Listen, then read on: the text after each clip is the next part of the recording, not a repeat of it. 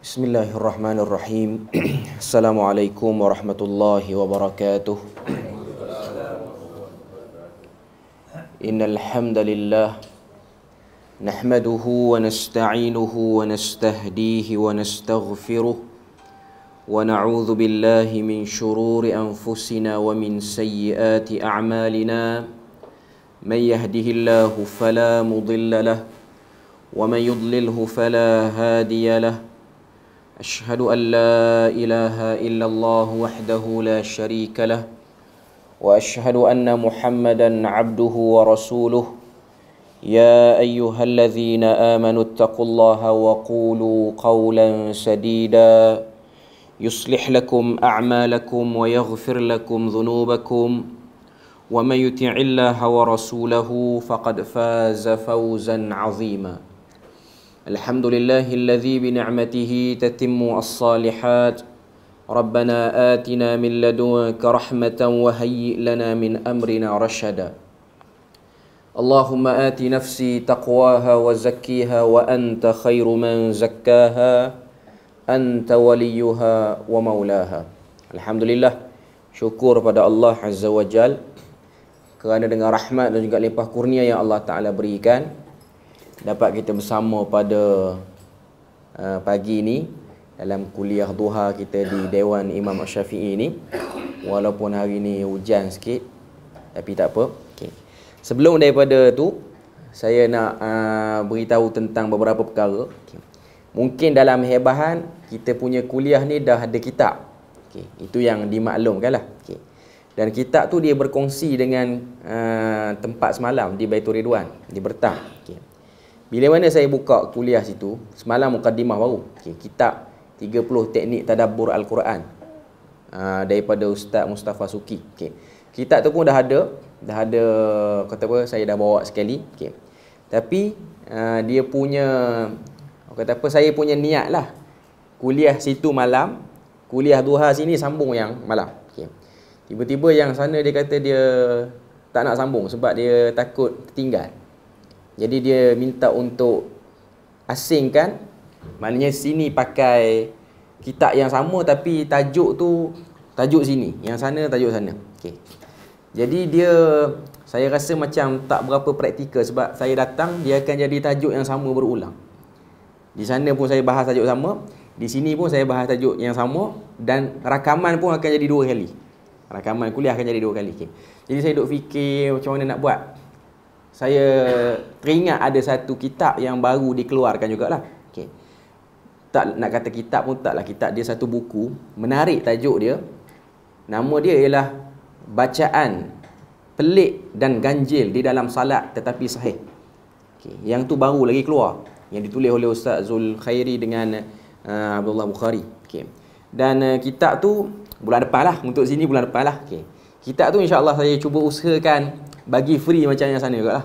Okay, bagi free. Cepat je nak cari tu, tak payah pun. Okay.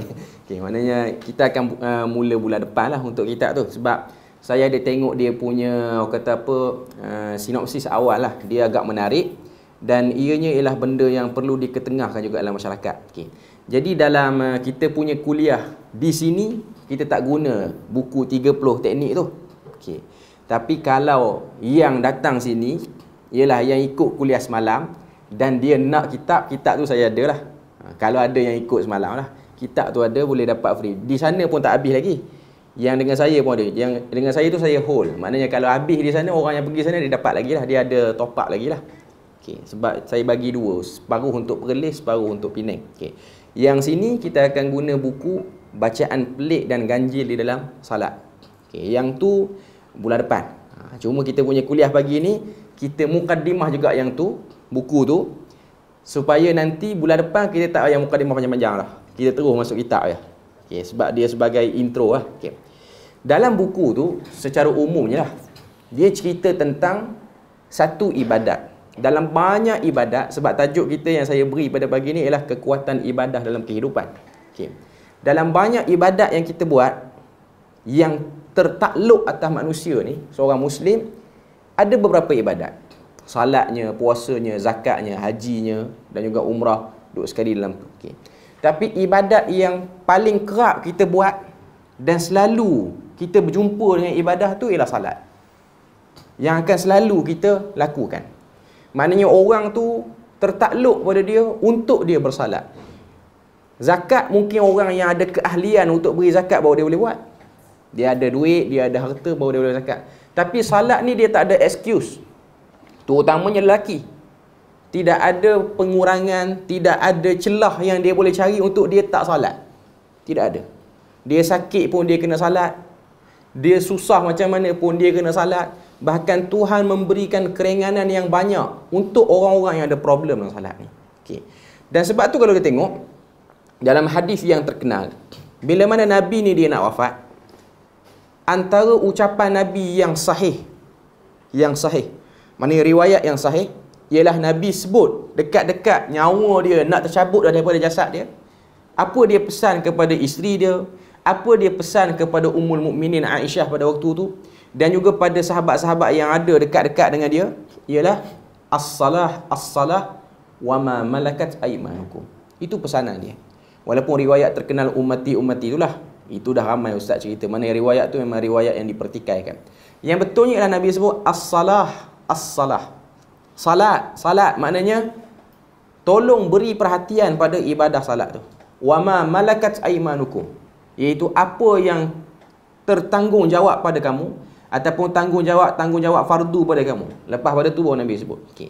Maknanya ibadah salat ni ianya ada satu keutamaan yang sangat besar, dan sepanjang hidup manusia, selepas pada dia balik, dia diwajibkan untuk salat, dan dia kena ada usaha upgrade diri dia, tingkatkan diri dia ni untuk dia rasa seronok dengan salat tu.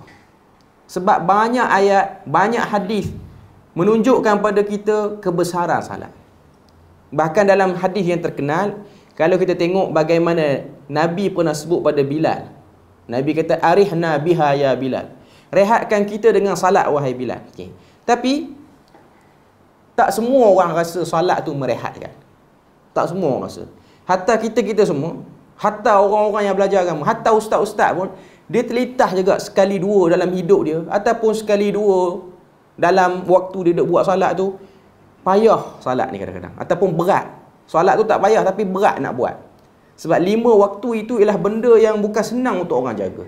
Kalau kita tengok dalam riwayat-riwayat berkaitan dengan Isra' Mi'raj, kita mungkin pernah dengar bagaimana Nabi ni dia naik satu langit ke satu langit, satu langit ke satu langit, sampailah langit yang ke-7, bertemu dengan Nabi Musa alaihissalam sebelum naik kepada Sidratul Muntaha, mana tempatnya penghabisan. Okay. Sampai di Sidratul Muntaha, turun balik langit ke-7, disapa oleh Nabi Musa, ditanya berapa yang dia dapat daripada ibadah salat. 50. Ini riwayat yang terkenal. Okay. Cuma saya nak sentuhnya di sini telahan Nabi Musa terhadap umat Nabi Muhammad. Dia kata 5 waktu tu pun berat, tak semua orang boleh buat. Okay. Telahan Nabi Musa tu betul, dan memang realitinya berlaku. Walaupun Nabi Musa tak hidup zaman ni, macam mana dia boleh agak benda tu berlaku?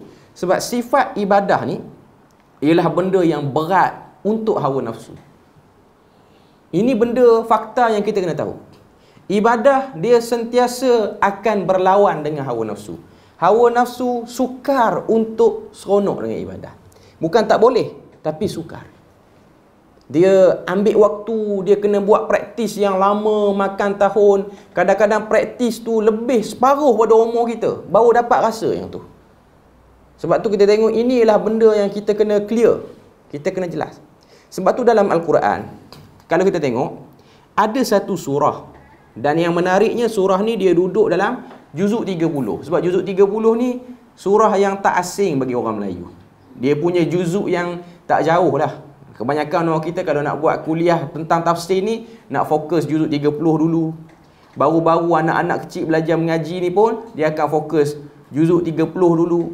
Sehingga di kalangan masyarakat kita ni, dia terkenal ada satu istilah Quran kecil, Quran besar. Tuan-tuan masih ingat? Saya ingat saya belajar darjah 1, darjah 2 ni, dia ada istilah Quran kecil, Quran besar. Dan Quran sama lah. Quran kecil ni juzuk 30. Quran besar ni daripada atas. Saya tak tahulah kalau orang Terengganu ni, biasa orang akan tanya, ni belajar Quran kecil ke Quran besar? Quran kecil tu maksudnya ialah juzuk 30. Biasa orang panggil muqaddam kan, muqaddam yang tu. Okey. Tapi ada setengah orang kampung panggil Quran kecil. Padahal Quran sama lah. Sebab mungkin saiz muqaddam tu kecil. Yang Quran besar tu dia besar sikit. Dia panggil Quran kecil, Quran besar. Terengganu macam tu lah. Dia tak panggil bihun dengan mi, dia panggil mi halus dengan mi kasar lah. Kan? Tuan-tuan duduk dengan tuan dia tahu. Saya datang Perlis, saya sebut, saya nak mi kasar. Orang Perlis macam pelik, apa mi kasar? Mi kasar tu mi ya, mi yang kuning tu. Kita Terengganu mi halus mi kasar lah. Bihun kita tak panggil bihun, kita panggil mi halus je. Okay. Mi halus mi kasar. Jadi Quran kecil, Quran besar macam tu lah. Okay. Jadi bila kita tengok pembacaan Quran, juzuk yang ke-30 ni dia ada satu surah. Tapi surah ni dia kategori yang panjang sikit lah. Okay, iaitu surah Al-Fajr. Surah Al-Fajr ni, surah yang ke-89, dia ada mention beberapa waktu dan dia ada mention ketenangan jiwa dengan ibadah. Maknanya dia sebut tentang manusia ni jiwa dia tenang dengan apa, dan kebanyakan manusia ni dia mencari ketenangan dengan apa. Sepatutnya dia mencari ketenangan jiwa dengan ibadah. Dan ada beberapa komponen-komponen yang dia kena selesaikan untuk dia dapat rasa ibadah tu betul-betul boleh memberi kepada dia ketenangan. Cuma ada beberapa penekanan yang kita kena clear. Okay. Jadi pada pagi ni saya nak fokus sebab surah Al-Fajr ni ialah surah yang kalau kita tak ingat 30 ayat tu pun kita boleh nampak dan kita boleh agak. Maknanya bila mana dibacakan beberapa ayat daripada surah ni, dia tak asing lah. Kalau baca daripada juzuk-juzuk lain mungkin kita tak nampak terus. Okay. Baca daripada surah Al-Fajr ni kita dah nampak. Okay. Apa ataupun di mana ayat tu. Okay. Saya nak fokus pada ayat 1 sampai ayat 5. Sebab nak kaitkan dengan ibadah ni. Okay. Allah Ta'ala sebut pada ayat 1 sampai ayat 5. Ayat pertama, wal fajr walayalin ashr wasyaf'i wal watr wal layli idha yasr hal fi dhalika qasamul lidhi hijr. 5 ayat ni, 5 ayat pertama surah Al-Fajr ni, Allah Ta'ala cerita tentang 4 ayat ialah waktu. Waktu fajar, waktu tertentu. Ayat kelima tu ialah hubung kait 4 waktu ni dengan apa yang Tuhan nak sampaikan. Okay. Pertama, surah Al-Fajr, kita tahu Al-Fajr ni ialah waktu fajar. Okay. Kalau kita tengok dalam tafsir, dia sebut tentang makna Al-Fajr ni sangat panjang. Okay.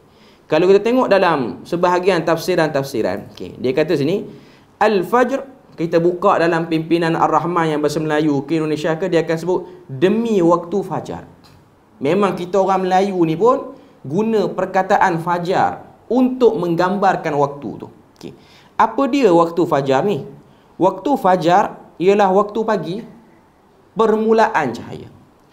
Perkataan fajrun dari segi bahasa bermaksud sesuatu yang dikoyakkan ataupun sesuatu yang terkoyak.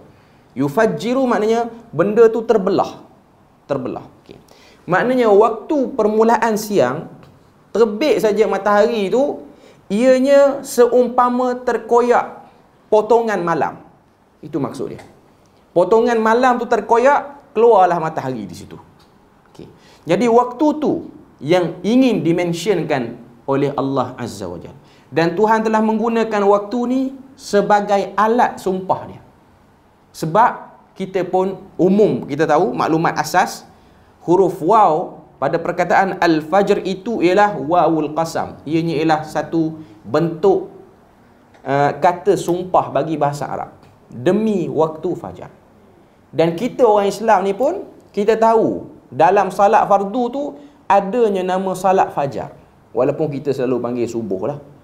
Okay, kita selalu panggil subuh. Sebab tu kalau tengok di sisi Al-Hanafiyah, mereka lebih gemar menunaikan salat subuh dekat dengan waktu fajar. Sebab nak bagi synchronize dengan arahan-arahan Quran ni. Tapi pandangan-pandangan lain tu macam-macam lah. Okay. Cuma kalau tengok orang yang pegang mazhab Hanafi ni, dia suka lewatkan sikit salat subuh dia. Dia nak bagi cerah betul, dekat-dekat, taklah sampai syuruk. Tapi dekat-dekat tu dia suka lewat sikit. Okay. Tapi yang aulanya, yang afdalnya ialah memang kita beri ruang yang agak lama bila mana salat subuh ni. Ruang yang macam mana? Iaitu antara azan tu dengan iqamah tu. Tapi jangan lama sangat, kena tengok by reality lah.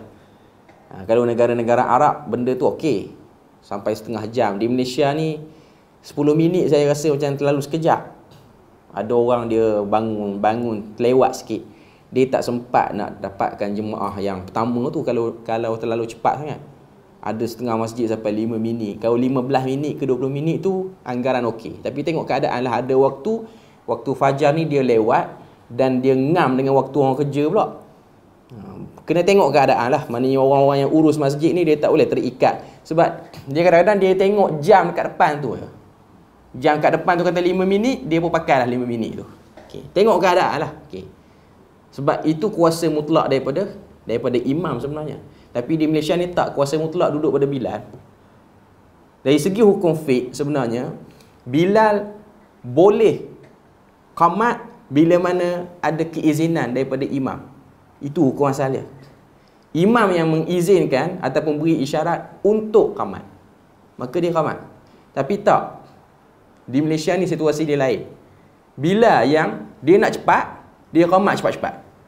Jadi imam yang baru buka pintu kereta dah kalut lah, baru cari parking. Lepas tu buat cerita, ni orang malas nak bertugas ni, kita pula kena naik. Padahal tunggu sekejap. Okay. Cuma nak katanya itu dari segi hukum asal dia lah. Okay. Maknanya supaya dia datanglah keadaan al-waqar. Sebab dalam hadis Nabi kata, "Idza ataitumus salah", bila mana kamu datang salat ni, datanglah keadaan tenang, jangan tergesa-gesa. Sebab benda tu dia akan kacau banyak. Saya nak sebutnya ialah bagaimana ibadah salat ni Nabi sendiri ajar. Nabi kata jangan salat dalam keadaan haqin. Haqin ni maksud dia apa? Tahan nak buang air kecil.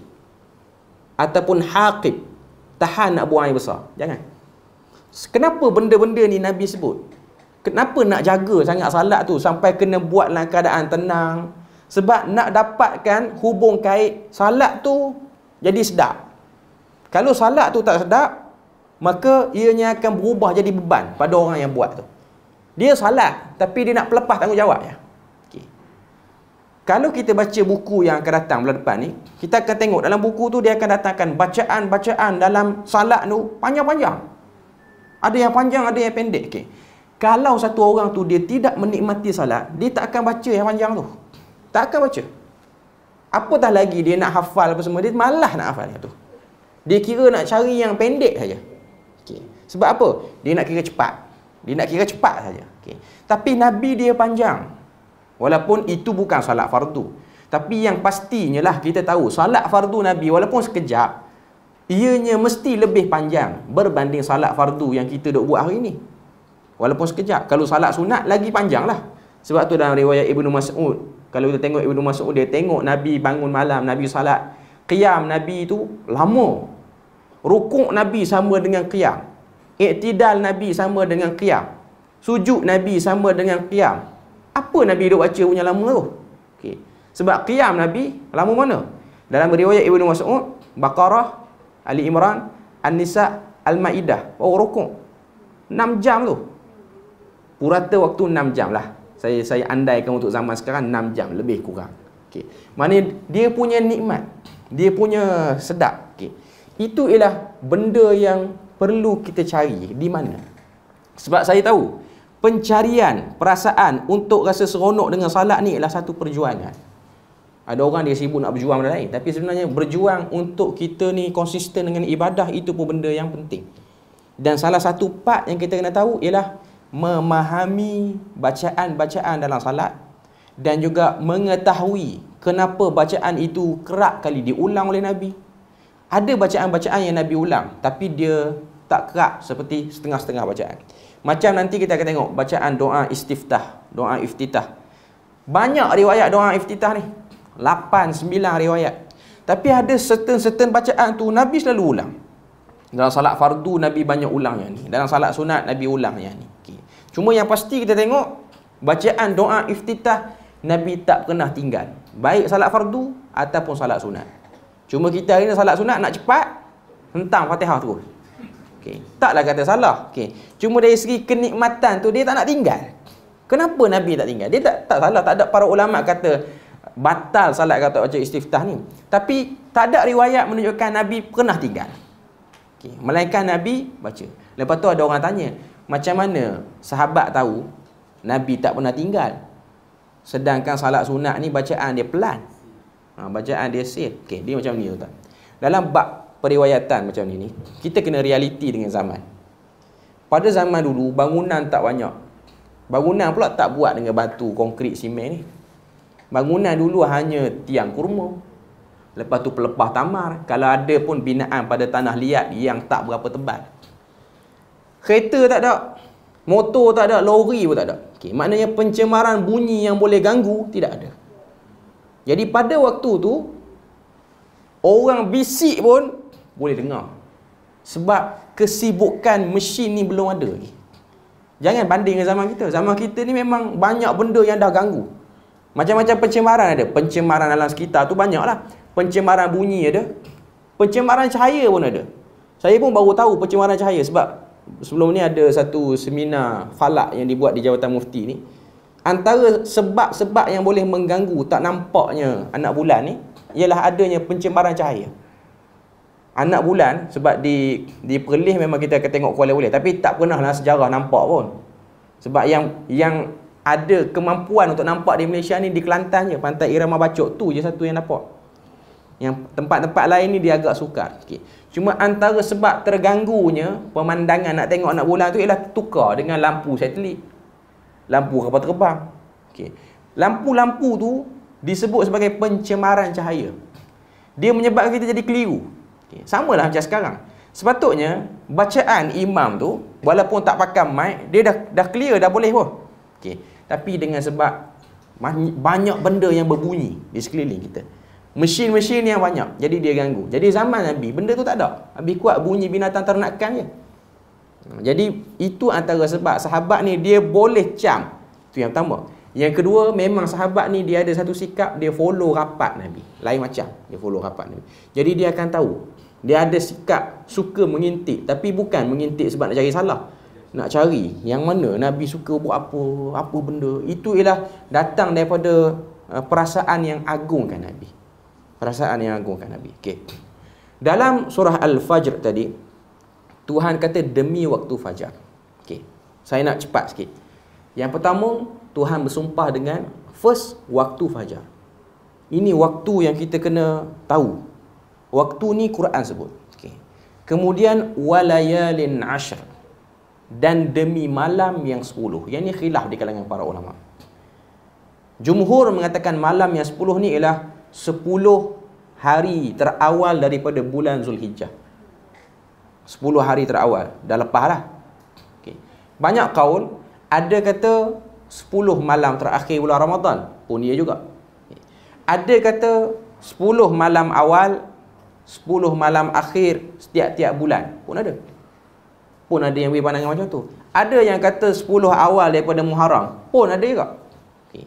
Cuma nak katanya pandangan sangat banyak lambat ni. Okay. Cuma fokus pada walayalin, demi waktu malam. Itu poin dia, malam. Poin dia lah malam. Tadi fajar, sekarang ni malam pula. Okey. Wasyaf'i wal watri. Wasyaf'i wal watri ni pun ada perbahasan di kalangan para ulama. Okey. Asy-syafa' maksud dia benda-benda yang genap. Al-watr maksudnya benda-benda yang ganjil. Ada sebahagian ulama tafsir mengatakan asy-syafa' tu maksud dia makhluk, al-watr tu maksud dia Tuhan.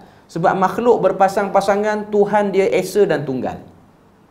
Tapi saya nak ambil sebab nak kait dengan isu ibadah ni, ianya bermaksud asy-syafa' salat yang didirikan dengan bilangan rakaat yang genap. Asy-syafa' tu maksudnya salat-salat yang dibuat dengan bilangan rakaat genap, 2, 4. Al-watr maksudnya salat yang didirikan dengan bilangan ganjil, iaitu salat maghrib kalau fokus pada salat fardu lah.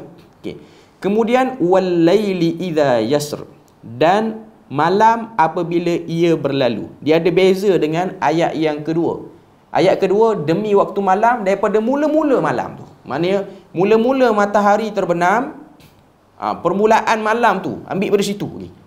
Yang ayat yang keempat ni wal-laili idza yasr, bila mana malam tu dah nak ke penghujung dah. Maknanya yang ni hujung malam. Yang tadi awal malam.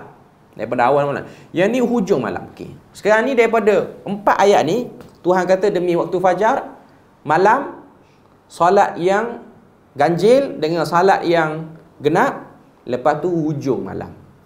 Lepas sebut 4 waktu ni, 4 tempoh ni, dia pergi ayat yang kelima. Ayat kelima Tuhan kata apa? Ayat kelima Tuhan kata, hal fi dzalika qasamul lidhi hijr. Adakah pada semua itu, kalau tengok dalam terjemahan dia kata apa? Bukankah yang demikian itu mengandungi satu sumpah yang ada kebenaran untuk orang yang berakal sempurna. Okey. Maknanya ayat ini nak beritahu pada apa? Semua ayat yang keempat tu, ayat yang 4 sebelum ada tu, demi waktu fajar, demi malam yang 10, demi yang genap dan ganjil, demi malam yang berakhir. Semua demi-demi ni, semua sumpah-sumpah ni ada kebaikan, ada sesuatu yang mustahak. Cuma yang perasan hanyalah zi hijr, orang yang ada akal. Hijr ni maksudnya ialah, dalam bahasa Arab maksud dia batu. Batu tu lah. Okay. Tapi hajar. Okay. Hijarah semua tu lah. Okay. Tapi bila mana dia masuk dalam isu otak manusia ni, orang yang otak dia tahu sempadan. Sebab batu ni pun diguna sebagai kata apa, sebagai isyarat persempadanan. Batu sepadan kita mau sebut perkataan tu. Okay. Maknanya semua sumpah ni akan dapat diperasankan oleh orang-orang yang pemikiran dia ada sempadan. Kalau kita baca terjemahan, dia macam tak connecting lah apa yang tu. Okay. Kalau kita ada kemahiran bahasa Arab sikit, kita akan nampak ini maksud dia. Maknanya Tuhan kata, empat waktu ni bukan aku sebut saja. Ada something aku nak beritahu dah. Okay. Tapi something tu tak semua orang perasan. Ada golongan tertentu yang perasan. Dan Tuhan sebut, yang perasan itu ialah zi hijr, orang yang ada letak sempadan. Sebab manusia, dia nak buat semua benda. Pertama, ada golongan manusia ni, semua benda dia nak buat. Ada golongan kedua, semua benda tak nak buat. Okay. Cuma dia akan buat bila mana dia rasa benda tu ada keperluan dia boleh buat. Dan dia akan stop buat bila mana benda tu dia tak ada keperluan lagi untuk buat. Kita orang Islam, orang beriman, kita akan buat benda yang disuruh oleh Tuhan. Benda yang tak disuruh kita tak buat. Okay. Maknanya kita tahu sempadan apa yang kita boleh buat, apa yang kita tak boleh buat. Dan kita pun tahu sempadan apa yang kita boleh fikir, apa yang kita tak boleh fikir. Sekarang ni, yang kita boleh cari kebenaran itu ialah pada waktu-waktu ini. Waktu-waktu ini. Waktu-waktu lain tu kita tak tahu. Secara umumnya Tuhan yang mencipta waktu. Cuma Tuhan beritahu ada 4 waktu dan keadaan ni, kalau kamu berikan fokus, kamu akan dapat something di situ. Sebab Tuhan dah beri penekanan. Semua sumpah-sumpah ni, kamu akan tengok kebaikannya, manfaatnya, kalau kamu nak guna akal kamu. Okay. Demi waktu fajar, sekali lagi saya ulang, iaitu waktu pagi. Yang kedua, malam. Yang ketiga, salat. Saya ambil pandangan salat yang dimaksudkan sini adalah salat 5 waktu lah. Asy-syafa' wal watr tu ialah salat yang genap dan juga salat yang ganjil. Sebab memang dalam 5 waktu salat yang kita semayang ni, memang ada salat yang rakaat dia genap, ada pun rakaat dia ganjil. Kita ambil 5-5 terus. Okay. Maknanya salat, waktu salat tu, waktu subuh, waktu zuhur, waktu asar, waktu maghrib, waktu isyak. 5 waktu ni ialah prime time, waktu utama yang perlu diberi keutamaan oleh seorang Muslim. Dan juga waktu malam yang bakal menyingsing. Maksudnya malam yang nak hilang, nak habis dah. Hujung malam, akhir malam. 1/3 malam yang terakhir. Okay. Secara umumnya, keempat-empat waktu ni, dia mesti akan memberi kesan kalau kita beribadah kena dengan waktu ni. Sebab tu kalau tengok, demi waktu fajar, malam, salat 5 waktu dengan hujung malam. Okay. Cuma malam tu 2 kali diberi penekanan. Malam secara umum dengan malam akhir malam. Kalau kita nak tengok dengan lebih faham lagi, kita akan tengok dalam surah Al-Muzammil, bila mana Tuhan kata, innana syi'atal laili hiya ashaddu wat'an wa aqwamu qila. Sesungguhnya ibadah yang dibuat, yang didirikan pada waktu malam. Nasyi'atal lail maksudnya pelaku ibadah pada waktu malam. Hiya ashaddu wata'an. Ibadah yang dibuat pada waktu tu, kesan dia lagi kuat berbanding yang dibuat pada waktu lain. Wa aqwamu qila. Dan bila mana kamu sebut perkataan ibadah pada waktu tu, kamu baca Quran ke, kamu berdoa ke, perkataan dia lagi cepat masuk. Dan kamu akan stay di atas fokus. kamu tak akan gelong ke lain. Maknanya nak beritahu, ibadah pada waktu malam ni dia lebih membantu fokus. Dia lebih membantu fokus. Okay. Sekarang kita dah tahu ini waktu-waktu utama. Kita dah tahu waktu ibadah yang perlu diberikan perhatian. Cuma nanti datang buku baru nanti bulan depan, kita nak tahu pula waktu ibadah tu, dah tahu waktu tapi tak tahu nak baca apa. Pun masalah juga. Dah tahu dah, ada orang dia bangun malam tapi dia fikir nak buat apa malam ni. Last sekali buka TV ataupun main telefon. Ataupun ada geng tak tidur malam, telefon, jom pergi mamak. Sekarang kedai dah banyak buka. Okay. Cuma nak katanya dia blur. Dia tak tahu nak buat apa. Inilah masalah yang orang kata apa yang dihadapi oleh sebahagian orang. Saya kata waktu saya bawa orang pergi umrah bulan Ramadan beberapa tahun yang lepas lah, sebelum Covid. Ada orang tanya soalan. Saya duduk di Masjidil Haram ni nak buat apa? Dia tak tahu nak buat apa. Tapi dia tahulah dia nak pergi buat umrah tu. Okay. Waktu dia sibuk cari PT nak bagi cukup 10,000, 7,000, dia tak sempat nak fikir juga. Kalau aku sampai nanti aku nak buat apa? Ada orang dia dah sibuk dengan duit ni. Dia dah buat sempadan duit. Okay, yang ni untuk jubah saja. Yang ni untuk kurma saja. Yang ni nak beli beg baru. Okay. Tapi dia tak ada dalam satu plan perjalanan tu, waktu aku duduk Masjidil Haram aku nak buat apa? Sebab tu kita akan tengok Quran pegang, tengok orang ni melintah, tengok orang ni melintah. Oh, macam ni muka Arab punya. Tu datang yang lain. Oh, ada Arab muka macam Mak Saleh. Dia tak fokus dah apa yang dia buat. Sedangkan duduk dalam Masjidil Haram, waktu terbaik, bulan Ramadan lagi, tempat terbaik, tapi dia tahu nak buat apa. Lepas tu ada waktu kuliah yang Ustaz tanya, saya nak buat apa? Sekarang ni mutawif pun dia tengah fikir dia nak buat apa sebenarnya. Sebab kita sendiri pun bukan datang saja-saja nak ala orang. Kita pun nak beri waktu untuk kita ibadah juga. Cuma nak katanya soalan tu dia agak terlewat dah sampai. Sepatutnya dia kena clear waktu kursus sebelum dia sampai lagi. Okay. Cuma nak katanya ada orang dia tak endah lagi benda tu. Dia tidak ada preparation apa pun. Okay. Jadi kalaulah dia solat di tempat seperti itu pun, dia tak tahu apa, dia tak akan merasai ibadah apa-apa pun. Tak akan rasa. Sebab saya bawa jemaah yang pergi buat umrah tu, jemaah yang umur pertengahan, 30-an sampailah yang paling tua, kalau tak silap dalam 60-70. Yang 60-70 tu dia dah ada experience pernah pergi sebelum ni, jadi kita tak berapa beri perhatian sangatlah pada dia.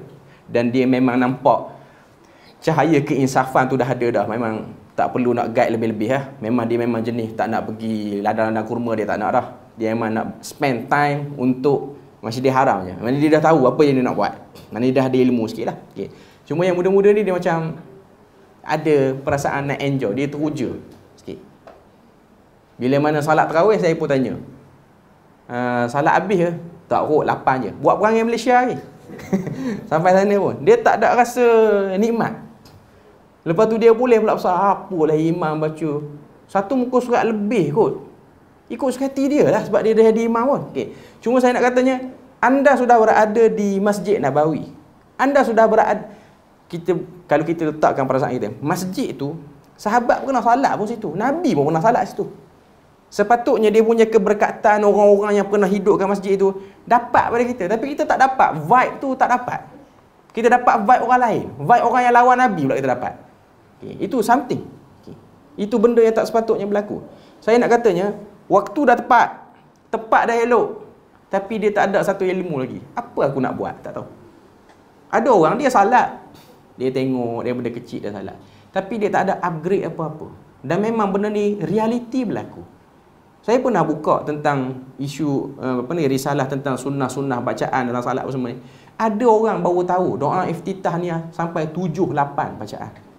Sebab dia duk ingat Allahu Akbar kabira walhamdulillah. Dia duk baca yang tu daripada dia kenal membaca sampailah dia penceng, dia duk kenal yang tu je. Okey. Jadi rugi sebab dia rasa solat tu macam mendata satu pattern je. Dia tak rasa macam alah dalam bacaan ni yang ni lah duk ulang. Tak. Sebenarnya banyak, sangat banyak. Kalau kita baca dalam Al-Azkar, sangat banyak. Cuma yang buku yang kita akan bawa nanti tu, dia akan ambil yang pelik-pelik. Yang maknanya dia akan gabung semua daripada semua kitab lah. Dia duduk tu dan dia lebih ringkas, lebih berfokus lah. Okay. Cuma nak sebutnya ialah kalau satu orang dia ambil masa, dia hafal, dia baca, dia akan rasa solat tu memberi sesuatu pada kehidupan dia. Dia akan rasa hidup dia tersusun selepas dia upgrade diri dia bab ni. Tapi kalau dia tak ambil peluang untuk upgrade diri, dia akan rasa solat dia sama, tak ada apa-apa. Dan dia tak akan rasa ada apa-apa perubahan pun yang berlaku pada hidup dia. Bahkan lebih dahsyat lagi, kadang-kadang terlintas. Solat, kadang-kadang tak sempat nak kerja. Ada orang macam tu. Saya ni dah solat, kerana solat tadi dah terlepas 1 Grab, patut boleh dah RM20. Ada orang, dia pergi, dia touch ke arah tu, dia dah jadi material dah. Kehidupan dia punya surrounding dia. Okay. Cuma kalau kita tengok dalam surah Al-Fajr tadi, bila mana 5 ayat tu Tuhan kata, orang yang beri waktu, dia akan nampak dia punya kehebatan. Maknanya Tuhan hidangkan kepada kita 4 waktu ni. Kamu kajilah bagi lumat apa kebaikan 4 waktu tu. Orang yang duduk di bidang sains boleh start buat kajian, tengok waktu-waktu ni apa dia. Tapi memang kalau tengok pada ayat pertama lagi Tuhan sebut demi waktu fajar, kita bercakap atas dasar umum. Manusia yang hidup dia ni okey, momentum dalam hidup dia ni okey, biasanya dia bermula pada waktu pagi. Okay. Orang muda yang ada penyakit tidur banyak sampai ke tengah hari, dia akan dapati hari yang dia bangun tengah hari tu kurang produktif berbanding hari yang dia bangun pada awal pagi. Walaupun nak bangun tu berat, tapi still dia dah bangun, dia akan rasa hari tu lebih produktif, lebih banyak. Kita tak bercakap atas dasar agama ni, kita bercakap atas dasar umum manusia. Sebab tuan-tuan tengok, mana-mana orang yang berjaya, tak kira agama apa pun, biasanya waktu pagi bukan dia lena, dia bangun. Tapi orang Islam, dia diajar untuk bangun awal pagi. Bangun awal bukan solat dalam rumah, suruh bersosial, pergi berkumpul di masjid pula. Bangun pagi terus berkumpul. Sebab tu kalau kita tengok dari segi pendidikan anak-anak pun, budak-budak kecil yang biasa pergi salat subuh daripada awal usia, dia ada satu, orang kata apa, kepribadian yang beza dengan budak-budak yang tak pergi. Dia ada orang kata apa, lain sikit.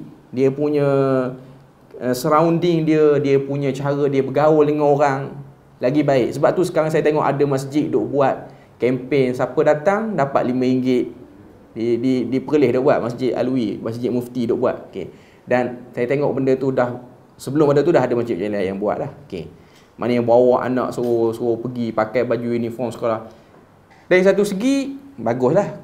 Benda tu bolehlah tarik untuk budak-budak, okey lah. Untuk orang tua tak payah kot.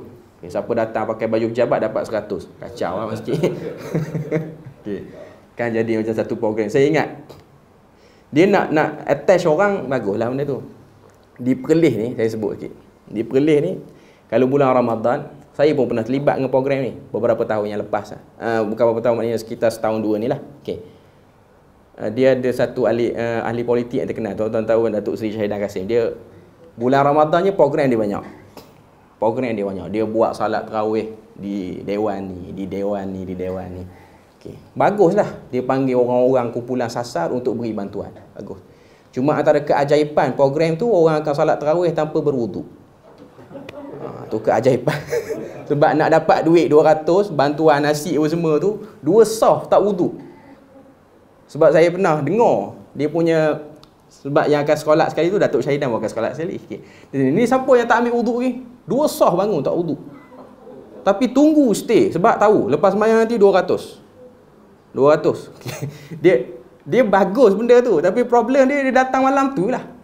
Esok kumpulan lain pula, kumpulan lain. Dia fokus yang tu. Program tu bagus sebab orang kata apa, dia lain sikit lah pada kebanyakan orang lain. Orang lain kadang dia buat program, ahli politik tu tak datang lagi, tapi dia cuba datang awal lah. Okay. Bahkan saya pernah tengok ada satu video jadi model lagi untuk ajar solat yang betul macam mana.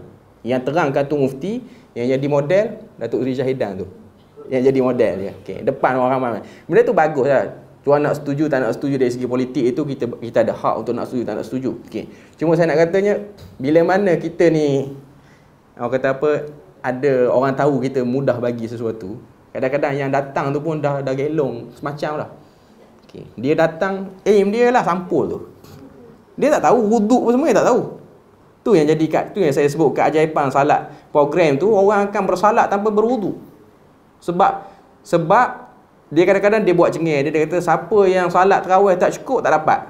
Jadi kawan tu pun kalut, basuh-basuh tangan sudah buka puasa terus masuk dalam saf. Dia tak ingat pun, dia tak apa. Kadang-kadang yang datang tu hari tu dia salat. Tapi dengan sebab tahu tak apa, nanti dapat gula, dapat minyak, dapat duit lagi, semua duduk. Kita tengok dia salat pun kita tak tahu. Bengkang-bengkok ya semacam dia salat dia. Taklah kata semua, tapi benda tu dah ada improvement lah. Cuma bila mana manusia ni dia ada nampak insentif je, dia laju. Mula-mula saya sampai tu pun saya terkejut sebab tengok ramai semacam orang. Jarang lah maknanya nak tunggu rapat sampai pukul 11 dengan tazkirah. Saya tengok macam kena ragging pun ada. Pukul 11 tak habis lagi, pukul 12 tak habis lagi.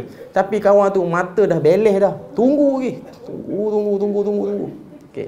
Kena paksa, kena torture depan-depan lagi. Apa wuduk pun tak reti. Layan, tunggu sampai habis. Okey.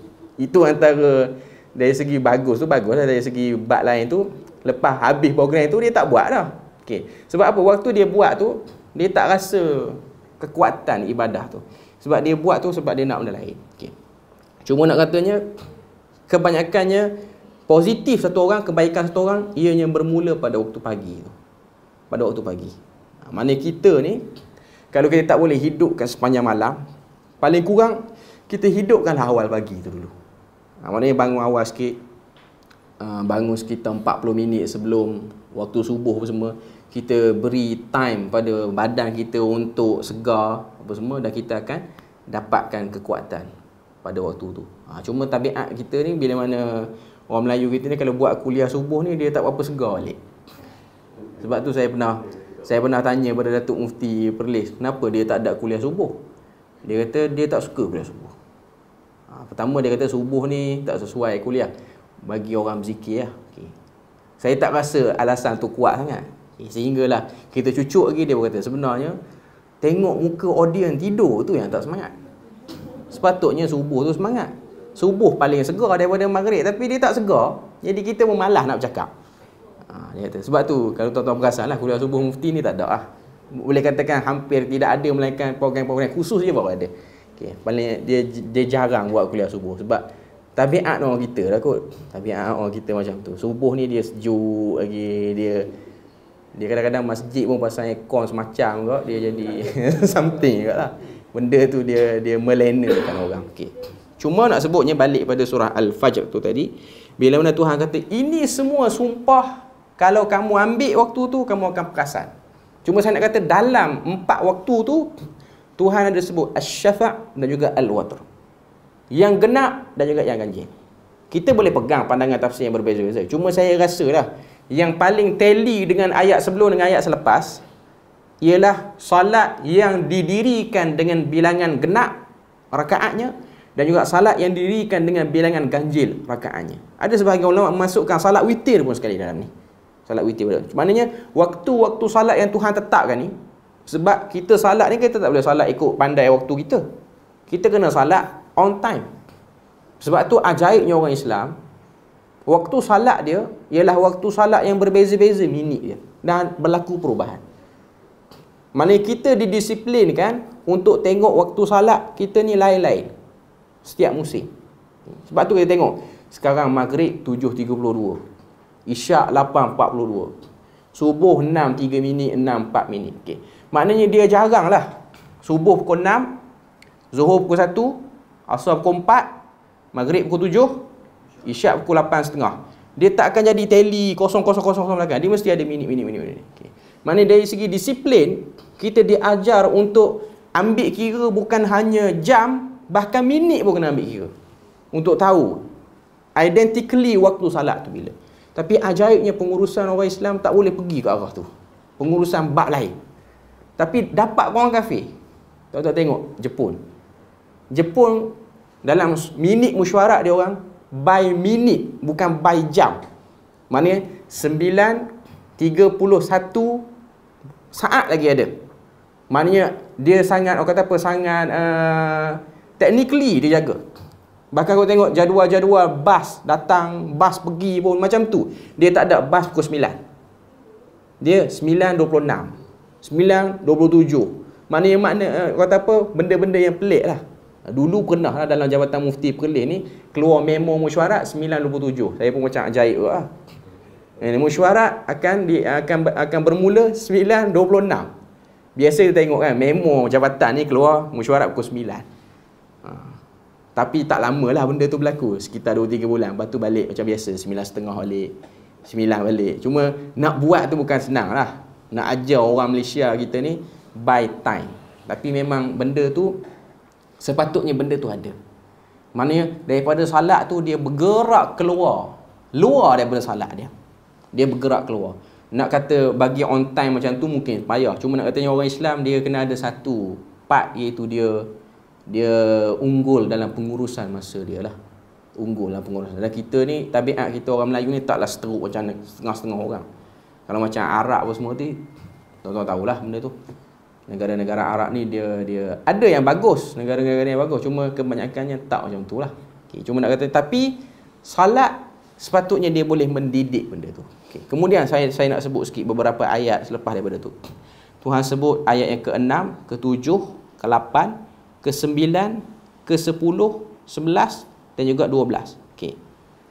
Saya tak nak baca semua, cuma saya nak ambil satu ayat je, iaitu ayat ke-6. Lepas Tuhan cerita 4 waktu, Tuhan kata 4 waktu ni, sumpah ni mesti ada manfaat untuk orang yang berakal. Tuhan berkata, alam tara kaifa fa'ala rabbuka bi'ad. Tidakkah kamu tengok apa yang kami buat kepada penduduk kaum Ad? Iram dzatil imad. Kota Iram yang mempunyai tiang-tiang. Iram tu ada khilaf di kalangan ahli tafsir. Ada yang kata nama tempat penduduk kaum Ad ni, ada yang kata nama pemimpin besar dia. Nama pemimpin besar dia Iram. Zatil imad tu maksudnya, kalau kita nak terima terjemahan bandar Iram. Iram ni ada di Iraq hari ni. Ada yang kata di Iraq, ada yang kata di Arab Saudi. Iram. Tapi dari segi dari segi technically tempat tu nak gabung dengan yang Quran, dia lebih tepat di Arab Saudi. Lebih tepat di Arab Saudi. Ada satu tempat saya tak ingat di daerah di kawasan mana, tapi Iram. Yang kalau kita buka dalam Google, ada orang yang arkeologi dia gali, dia jumpa tengkorak yang besar di kawasan tu. Tengkorak tu mata dia, saiz mata dia orang boleh masuk berdiri dalam tu. Ni dia punya ni mata ni orang masuk berdiri dalam tu. Okey. Yang buat arkeologi tu ialah kumpulan Aramco. Dia macam Petronas lah Malaysia kot. Okey. Sebuah oil and gas yang terbesar di Arab Saudi lah. Okey. Tak pastilah, mungkin kerana tempat tu nama syarikat jadi Aramco kot, sebab Iram Aramco lebih kurang. Okay. Tak tahu, saya tak pasti yang tu. Okay. Cuma nak katanya dia dari segi tempat, sebab Tuhan ayat ni, surah ni dia turun sebelum Nabi hijrah di Mekah. Dan Allah Ta'ala bila mana dia nak tegur penduduk Mekah, dia akan bagi tempat-tempat sejarah yang dekat dengan dia orang. Dia tak akan bagi tempat jauh. Sebab Mekah ni kan kita tahu dalam negara Arab Saudi ni. Kalau dia bagi di Iraq tu jauh daripada Arab Saudi. Ada sebahagian pandangan kata macam tu lah. Okay. Cuma Tuhan kata, tengok kaum Ad. Kemudian dalam ayat 9, wa thamud alladzina jabus sakhra bil wad, dan juga kaum Samud. Kaum Samud ni ialah kaum Nabi Saleh. Dan hari ni kita pergi Arab Saudi memang ada tempat nama dia Madain Saleh, ataupun nama lain dia Al-Hijr. Wa fir'aun zil autad, dan juga Firaun yang mempunyai pasak. Pasak tu merujuk kepada piramid. Sebab memang cerita Firaun ni adalah cerita yang memang famous lah. Walaupun dia jauh daripada semenanjung tanah Arab, tapi ketokohan Firaun tu, sejarah dia tu sampai pada tempat kita. Okey. Tuhan nak sebut apa? Tuhan nak sebut apa sini? Dia sebut kaum Ad, dia sebut kaum Samud, dia sebut juga Firaun. Okey. Ketiga-tiga ni, kaum Ad, Samud, Firaun ni memiliki tamadun manusia yang hebat. Cuma satu je, ibadah tak ada. Bahkan gelong dia tu teruk sehingga mempertuhankan diri sendiri, iaitu Firaun. Jadi nak tunjuk pada kita sini ialah bahawasanya walaupun orang tu dari segi fasiliti, dari segi kemodenan dia moden, tapi dia tak ada jiwa ibadah, dia jam lah saya. Sebab tu kita tengok negara-negara yang moden, fasiliti dia hebat, kiri kanan semua benda-benda yang memudahkan urusan manusia ada, tapi satu je, part ketuhanan dia kurang. Jiwa dia tak tenang dengan ibadah. Dia tak ada ritual khusus. Sebab tu kita tengok ada orang, dia berritual, dia pergi bertapa apa semua, dia tak akan sama dengan solat. Sebab solat ni tak perlu pergi suluk mana-mana. Sebab manusia, ada orang dia kata kita kena menyendiri. Menyendiri itu bukan ubat untuk bagi jiwa tenang. Bahkan dalam hadis lagi Nabi kata, orang beriman yang duduk dalam kalangan orang-orang ramai dan sabar dengan kerana orang lebih baik berbanding orang beriman yang dia serabut, dia lari.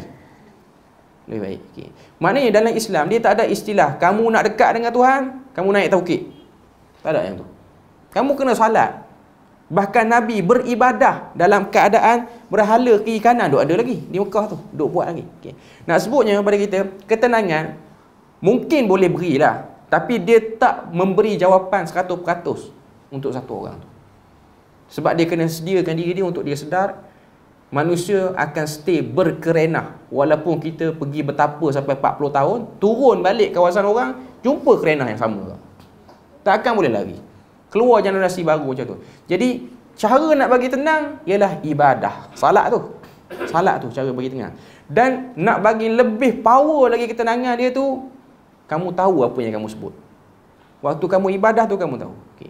Sebab tu saya nak tekankan buku tu akan datang nanti. Sebab dalam tu kita akan tengok bacaan-bacaan yang Nabi ajar pada kita. Waktu kita faham makna dia tu, kita boleh relate dengan suasana sekeliling. Sebab zaman sekarang, kita nak ubah orang tak boleh. Itu bukan kuasa kita. Kuasa kita ialah kita menyediakan diri untuk tahu ni kerana orang. Dan kerana orang ni, ada part kita boleh layan, atau ada part kita tak boleh layan. Macam Nabi, bila mana dia tengok kerana orang kafir ni macam-macam, dia bagi kata pemutus, aku tak layan.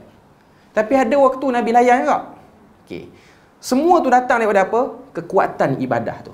Sebab tu tajuk kita ni lah kekuatan ibadah dalam kehidupan. Orang yang ibadah dia tu ada power, dia akan tengok hidup dia tu akan ada susunan. Ada susunan. Ini ialah satu part ritual dalaman yang ada dalam agama kita. Jadi itulah sebagai mukaddimah yang saya nak tunjuk pada tuan-tuan puan-puan, supaya kita nampak, kita nak bincang buku tu akan datang. Buku tu saya dah ada, cuma saya tak terfikir untuk dikuliahkan. Cuma duk cari, semalam duk fikir apa buku yang menarik. Sebab saya tak suka dah nak guna kitab-kitab yang lama-lama ni.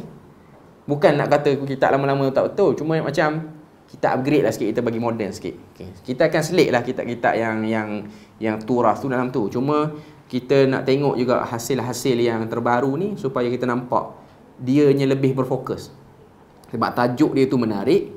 Dan saya rasa buku-buku ustaz-ustaz kita ni, sebab ustaz-ustaz kita ni dia kadang-kadang dia tulis buku, dia tak sempat kuliah. Jadi kita yang tak sempat tulis buku ni, biar kita yang kuliahkan buku dia. Okay, jadi kita give and take lah dua-dua. Okay, macam tu. Okay, jadi kita boleh tengok dalam isi buku tu. InsyaAllah bulan depan kita akan bawa. Dan saya cuba buat macam yang bertang dan juga yang lain-lain lah. Akan ada lah orang yang akan infak tu, tuan-tuan tak payah bimbang. Kalau tuan-tuan nak infak, akan ada pihak yang akan buat iklan lah tu. Tuan-tuan boleh infak dalam tu. Okay, saya tak ada apa-apa urusan pada duit infak tu. Saya cuma minta pembekal, cari sendiri, dan dia akan usahakan cari, dan dia hantar je buku tu. Itu lebih mudah, lebih transparent. Sebab sekarang ni orang bagi duit kat ustaz, kadang-kadang ustaz tu dia awal-awal dia elok, lama-lama dia tak elok lah. Okay. Benda ni tak boleh dinafikan. Ustaz tu dia sunnah tara mana pun, sampai depan pintu duit ni dia nak gelong, dia boleh gelong. Benda tu tuan-tuan kena ada sikit. Tuan-tuan kena sedar. Manusia dia nak rosak, dia boleh rosak. Apa-apa saja keadaan. Saya bukan nak suruh sangka buruk. Cuma kita kena ada beware, berhati-hati. Jadi ustaz tu pun dia kena sedar diri. Dia kena tahulah kelemahan kita ni di mana. Kalau dia rasa dia tak boleh handle diri dia dengan duit yang banyak, jangan bagi nampak. Mata tu jangan bagi nampak duit lagi. Maknanya jangan urusan duit, jangan dia yang urus. Bagi orang lain yang urus. Supaya ianya lebih transparent. Orang kata apa, lebih clear. Dan orang pun tak rasa something suspicious, benda-benda macam tu. Jadi saya minta pembekal yang cari, dia akan buat iklan, dia akan biasanya sekejap je lah. Yang buku yang sepatutnya kita kuliah sini sama dengan bertam tu, saya rasa kurang pada seminggu kot. 200 tu kurang pada seminggu. Orang bagi cukup penuh, dia pun bagi buku tu pada saya. Jadi saya hanya edarkan di tempat je lah. Okay. Jadi bab-bab duit, pembekal dengan orang yang infak sahaja. Sebab memang pembekal tu yang nak duit tu. Ustaz tak perlu pun duit tu. Dia perlukan buku tu saja. Jadi bulan depan kita akan tengok buku yang seterusnya tu. Moga Allah Ta'ala beri kepada kita rahmat dan berkat lah. Jadi setakat tu saja. Subhanakallahumma wa bihamdik. Asyhadu an la ilaha illa anta wa astaghfiruka wa atubu ilaik. Wassalamualaikum warahmatullahi wabarakatuh.